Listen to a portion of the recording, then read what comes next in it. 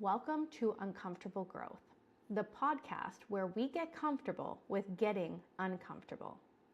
This is a space for real conversations about growth in all the places life stretches us. Because growth doesn't only happen when things are going well. Because sometimes growth looks like we're barely surviving. If you ever felt like growth was harder than you expected, you're in the right place. Let's get into today's conversation. So we are back for season 2 of Uncomfortable Growth. The first season was just a pilot season where we were kind of testing it out, getting a feel for it. And to be completely honest, it just got way too busy to run a podcast. That's true. It's crazy. Opening up the office, doing a ton of renovations, building and growing a training program for other real estate agents. Yeah, we did some traveling for work. All for work. Yeah, it was good. a busy year. So season 2, we're going to see a lot more of consistent posting, bi-weekly posts. We launched our magazine, Your Next Move, Yeah, awesome. which is a big one as well. And that's where we're getting some of our podcast recording people. Well, what do we call them? Guests? Podcast guests. I feel like there's an actual better name for that, but Celebrities? Celebrities, yes. Entrepreneurs that are in our Your Next Move magazine. Your Next Move magazine is in all of our listings, but it's also in other local businesses. And the people who are in the magazine that have decided to jump in and promote their business through our listings come on our podcast. So you'll see all of them. We have K&K Lawn Care, we have Sunset Blinds, we have Onyx, we have Bruce Telecom, lots of incredible local businesses in there and how they can help make your moving experience easier. That was another big launch we did. Yeah, it was a lot of work. You were pretty excited about that. Yeah, we took on a lot of work last year. So you're going to see bi-weekly podcasts posted. The audio will be on Spotify. We're hoping to grow across other platforms this year, where we have local businesses come in and we talk about how you have to get uncomfortable to grow. I'm a big believer in that. We talked about it a little bit last season, but yeah. Those are ours was a lot family driven. Yeah, we did a family recording. If you didn't watch that one, it was actually really good. Fun. It was fun. But I thought we would open up this season with talking about how uncomfortable we've had to get as a couple, as a family. You're my best friend, but you're also my husband. When we decided that you were going to be all in the business with me, and just kind of chat it out and love it. Get a little bit more than raw, the light, fluffy stuff. Let people know that you can achieve your goals. It's hard work. And I think the biggest thing for us is communication. Like, we have to communicate to be able to achieve the goals. Yeah, that's fair. Yeah, like daily, all hourly, minutely. No, it's a challenge for sure. And I think my uncomfortable journey has been a little later than yours. I think we live in a society where spouses are very independent, and you're kind of on your own path with your job or your career. And this is a unique thing that we kind of took on. And I was always kind of on the sidelines, helping out like fringe. But if you really think about it, like, I think that's how most marriages are, right? Like, wife goes to work, does their job. Man goes to work, does their job. Yeah. They come home, they talk a little bit, and then they go on and they run parallel lives, which we did. Yeah. We did that with the spa. And I think we had a lot of challenges in our relationship with me running the spa room, you working at OPG and doing your role, me wanting to still be Jenn and fitness. And we kind of lost track of each other's goals and helping each other achieve them. Yeah.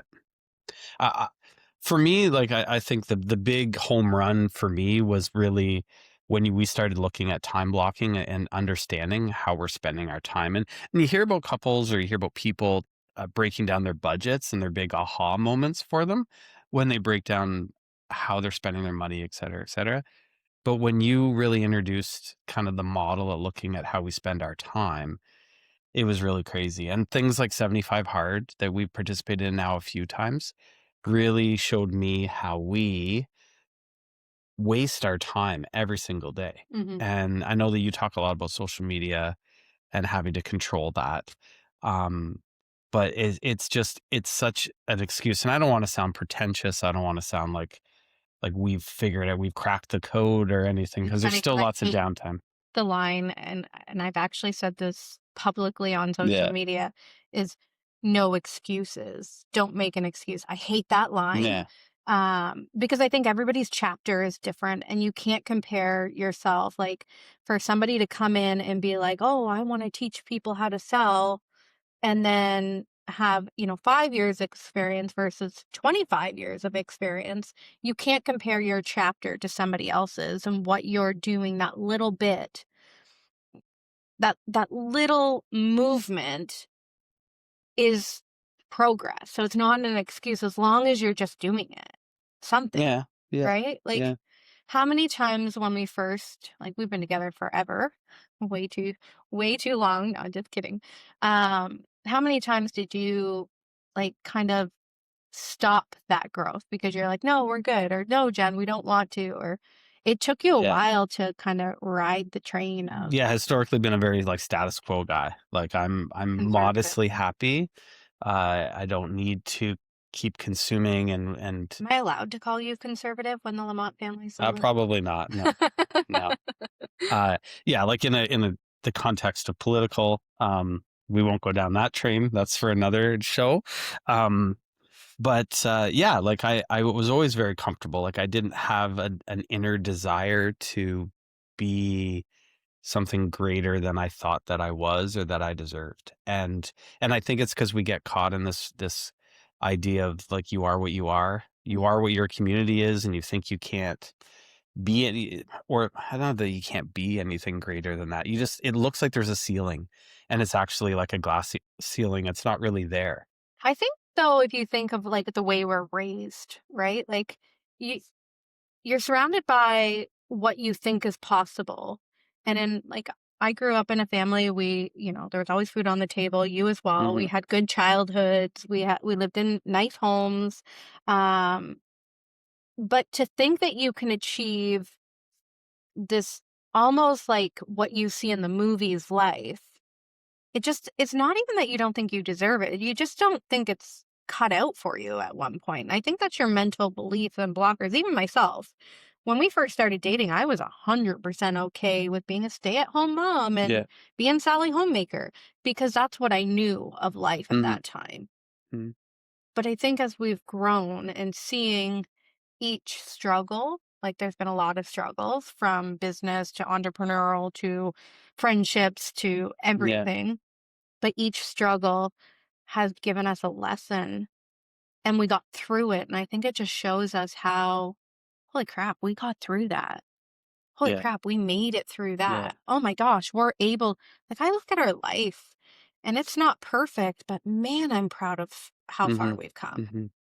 Yeah, and it's that not to sound cheesy, going back to the theme, but it's that uncomfortable pushing out of that crutch. I know that's what you're trying to get to, but like you get in that safe place, Hmm. and you don't want to do the uncomfortable to get out of it. And that was my biggest thing of why I was longer than you getting there. A great example would be travel. You've always been passionate about travel. I've been very much less passionate about travel. And I just didn't know what I didn't know, Hmm. as cheesy as that line is. No, that's actually the perfect line. Yeah. You don't know what you don't know until you know. Mhm. And then you know that that was possible. So why can't the next thing be Yeah, possible? it seems too expensive. It seems, like an unachievable goal, or it's yeah, I know when we went to Italy, I was super intimidated by the language barrier, or I'm a little obsessed with itineraries and geography, but and directions and stuff like that. But like just getting uncomfortable and putting myself in that situation, I fell in love with it. Like Hmm. it was amazing, and it was okay to not be in control, and I could just go and experience it. And then I was learning more about history and things that were I guess, intriguing to me, and it just blew my mind open. And since then, we've traveled all over, and we continue to have more plans. And obviously, travel is a big part of why we push what we do, I guess, professionally, to try to achieve the best we can. But that was a great example for me Hmm. on a non-professional level, how to get uncomfortable to get comfortable. Yeah. And now I have this whole new passion that I never knew. I probably would have never, if I didn't meet you. Maybe I would never be a traveler, but now I am.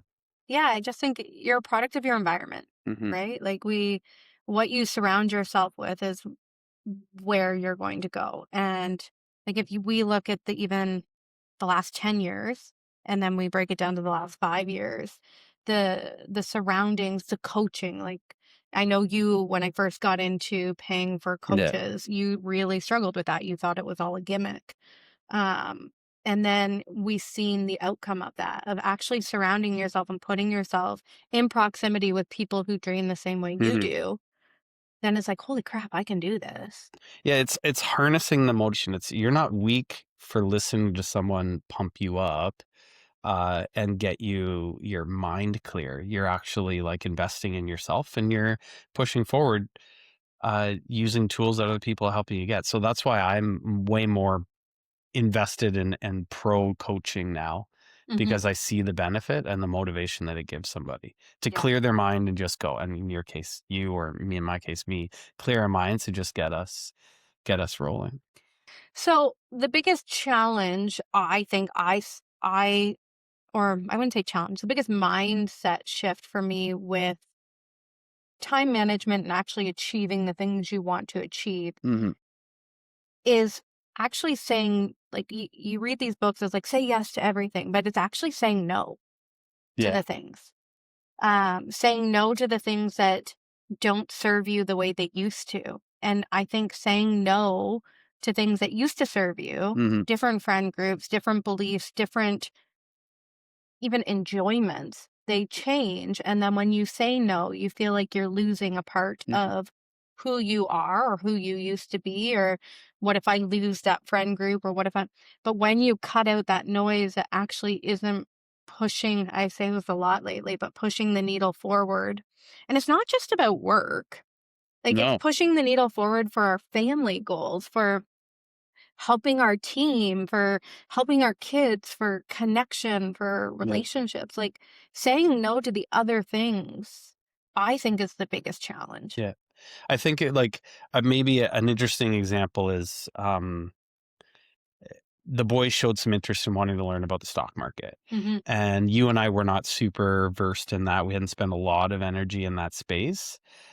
So a couple of nights we decided not to watch Netflix, and Hmm. we spent 2 hours, watching videos or reading books about that world, that we could then sit down and spend another couple of hours on another night talking to the boys about it and showing them, and broadening our horizons personally. We're not talking about millions of dollars. We're not talking Hmm. about even tens of thousands of dollars investments. It was just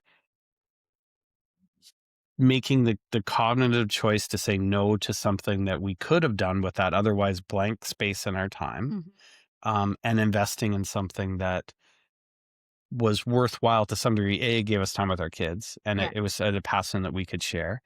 But it was also like kind of broadening and moving our needle forward in understanding a new space, and maybe potentially something that's valuable to us. And so I mean, again, it's choosing the manipulation of your time. When I go back to looking at my own audit of my own time, Hmm. there's so much space in there. Like, It's I'm really crazy. busy. I was meaning to get here earlier, but like, one of my biggest challenges is that I have a full-time job, Yeah. and I get very uncomfortable because I get challenged all the time. I don't know how you do it. How do you have a job and do what? And I'm just like, I try to be polite because I don't want to be rude to people, but Yeah. it does get a little annoying. But I'm like, do you know how much time you have in the day? Like, I can go and help Jen do something as simple as put up a sign Yeah. on a Saturday morning at 8:30 in the morning, and we're home by 10, and everyone's just like, I don't know how you do it. Yeah. I'm like, just because you're posting a video of it, it doesn't mean that it's taking 40 hours of my day. And what I really want to tell those people is, I'm being raw, is I'm just like, what are you doing? Like, Yeah. what are you doing with your time that you're so judgmental of mine? Because I guarantee you they're probably not being very efficient if they really broke. And that's the thing, is it's normally a them problem though, right? We've had this conversation. So by you showing up and helping, like, you work every day until 3:30. Mhm. And then normally I say, hey, I've got this listing. Can we paint? Can we prep? Can we do this? We're on the weekend. We could sit at home. Yes, we still make time for our work. We're lucky though, our kids are a bit older. Mhm. So time management is different. But the way we plan it and the way we do it works for us, and it's actually helping us achieve our goals. It's keeping us connected in our marriage. Yeah. I think you and I, because we ran multiple business, or I've ran multiple business in the past, and I don't mean that with ego. I just mean it like, I ran my business, you did your job, but we lost connection. Yeah. Like, yeah, we were Two ships passing in the night, that cheesy. Like, we loved each other, we liked each other, but there was no like spark anymore. We weren't communicating. We were both so exhausted. You were being a dad, I was being a mom. I was being a business owner, you were being a nuclear power waste guy. I don't I do know what you do. But you know what I mean. Thank you. Yeah. I kind of sound like a superhero, so I like that. Yeah. And then I wanted to get my workout in. You wanted to watch football. Like, it was just, we didn't prioritize each other. Go Birds. Oh my gosh. Yeah, no, totally. And it's the switch when you can both be passionate about the same thing. Yeah. Then we found like a happy place in that space together. We need to, like, it needed to start being, how can we achieve a goal together, instead of, Jen, how can you achieve your goal, and Roth, how can you achieve yours? Yeah. We needed to get on the same page and both be excited about what we're creating, and really picture it out. You can't fake it. Like, I tried to fake it with the spa. Like, I was invested and cared, but there was no flame in me for aesthetics, and it was never truly there. And it was hard for me to like, I was obviously super supportive, like all husbands would be. Yeah. But it's different with real estate, and probably you're able to present it in a better way too, to me, to get me excited about it. But I think with real estate too, versus the spa, is the spa was, you go in, you make somebody feel good, you do a facial, you do a pedicure, whatever it might be. But with real estate, there's so many different aspects with it, from investing to, we opened up the brokerage, to helping other agents, to coaching, to creating media, marketing, showing people, like social media. Everybody's like, oh, you're on social media so much. Well, my social media is to show the general public the amount of work that I do. Yeah. And it's working, because people are saying, how do you fit it in? Oh my God, you never stop. Yeah. And that attracts buyers and sellers to want to work with me. And the goal is, they're going to want to work with me, and then the agents underneath me obviously are trained by me, so it gives them more business too. So there's so many different avenues with real estate, that it's not just come in, let me make you look beautiful, or let me make you feel relaxed. Right. Yeah, it's more complicated. It's more invested. I know personally, like, I could take a little bit more of a piece of it in real estate, that the spa was just different. Yeah. But I think too, learning over how we positioned that business. Yeah. If I was to run a spa today, I would do it so different. Yeah, you take steps in a progression. It's the lessons and the progressions that we have learned over the last 20. How long have we been together? 23. 23? Married or together? That would be together. All right, 23 years. The last 20, I always say more. It feels like 50 years together, in a good way. Of course. But yeah, the lessons that we've learned, I really think, make it feel not so challenging. Like, to me, this doesn't feel like work. When I'm prepping, when we're planning, when we're doing our next thing, it just feels like our life. It doesn't feel like a chore. Yeah. I think when you work with somebody, we've learned over time to understand each other. Mhm. So I understand you and you understand me. So we're able to like very respectfully figure out a job. Like I'm very proud with you and I that like you and I could put IKEA furniture together and it wouldn't end in sleeping in separate beds that night. There definitely would be. Those days have came and hopefully passed. There definitely would be arguments, though. But that's all part of it. But yeah, like it's like we've learned that balance, and I Yeah. think that's a huge benefit that we have, and I'm really proud of that because I think it's hard to achieve that. Mhm. That isn't just time; it's a lot of effort. Yeah. It's wanting it on both sides of the table. Like I want that, and you want that, Mhm. and we both see that our shared investment in this venture is the best will provide the best possible outcome. So me putting up barriers to make it more difficult for you because I'm uncomfortable, or you putting up barriers because you're uncomfortable, for me, Yeah. isn't going to be productive. So we've learned that kind of give and take, so that when you need help with me doing something, I'm not just instantly like, oh, I was planning on doing something in the garage tonight. I'm able to, articulate to you that I had these things planned. How can we get both things done? What do we need to do with the rest of the schedule to make that happen? And we work it out. So time management. We're back to time management. Well, a little bit, but I keep falling back on that. But those are just my terrible examples. I'm not very crisp and clean with this whole thing. The podcast. But I'm uncomfortable right now, and I'm getting uncomfortable on purpose. No, So hopefully it's working. It, As I keep leaning into the mic. Last year, we did a lot. 2025. 2025 was insane. Yeah. Managing it. Your biggest aha moment is time blocking and realizing that there's more time than we think in a day. Yeah. We touched base on doing 75 hard. We touched base on opening up the brokerage. We went to Nashville and took a full social media training course. That was incredible. Unbelievable. Yeah. That was a really incredible experience and really opened up our eyes to how powerful of a tool social media is. Yeah. Also, opened up my eyes. Yeah. I knew, I always dabbled in social media and always posted, but to really understand the metrics and the breakdown and where it's going, to sit down with and have the what was he? Executive producer, sorry. The executive producer of American Idol talk about how they're positioning American Idol around social media and short form content was mind blowing. Yeah. To sit with the Real Housewives was mind blowing. Yeah, I think what was really interesting about that experience is, again, I go back to my glass ceiling analogy.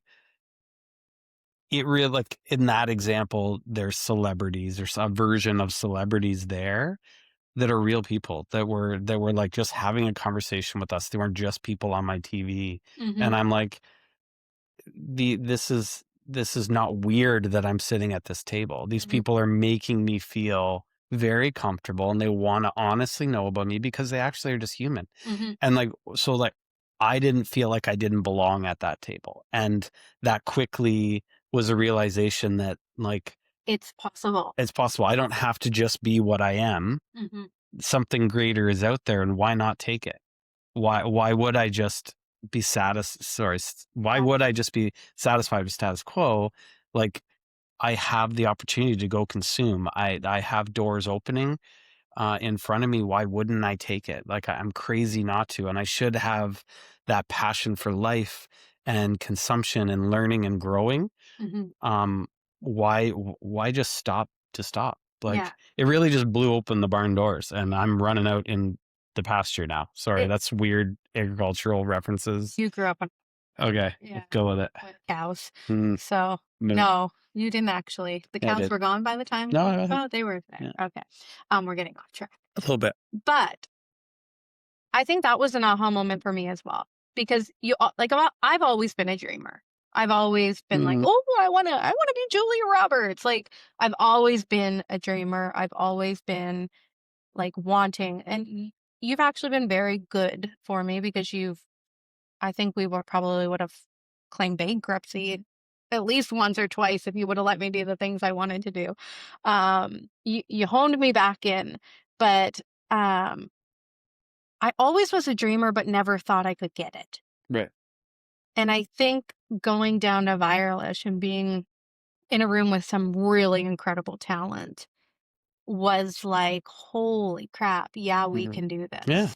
Yeah, and they obviously Anybody empowered us. can do this. Like, that's the thing. And I think it's actually sad in the world that we live in that so many people don't think it's possible. Like, I've had so many people say to me, "Oh, Jen, you're so lucky." And oh, it's like, no, I wouldn't call it luck. I actually hate that line too. Mhm. I hate that. No, I've worked my butt off, Sure. but I've been able to believe and I've been able to see the challenges and the lessons as stepping stones forward.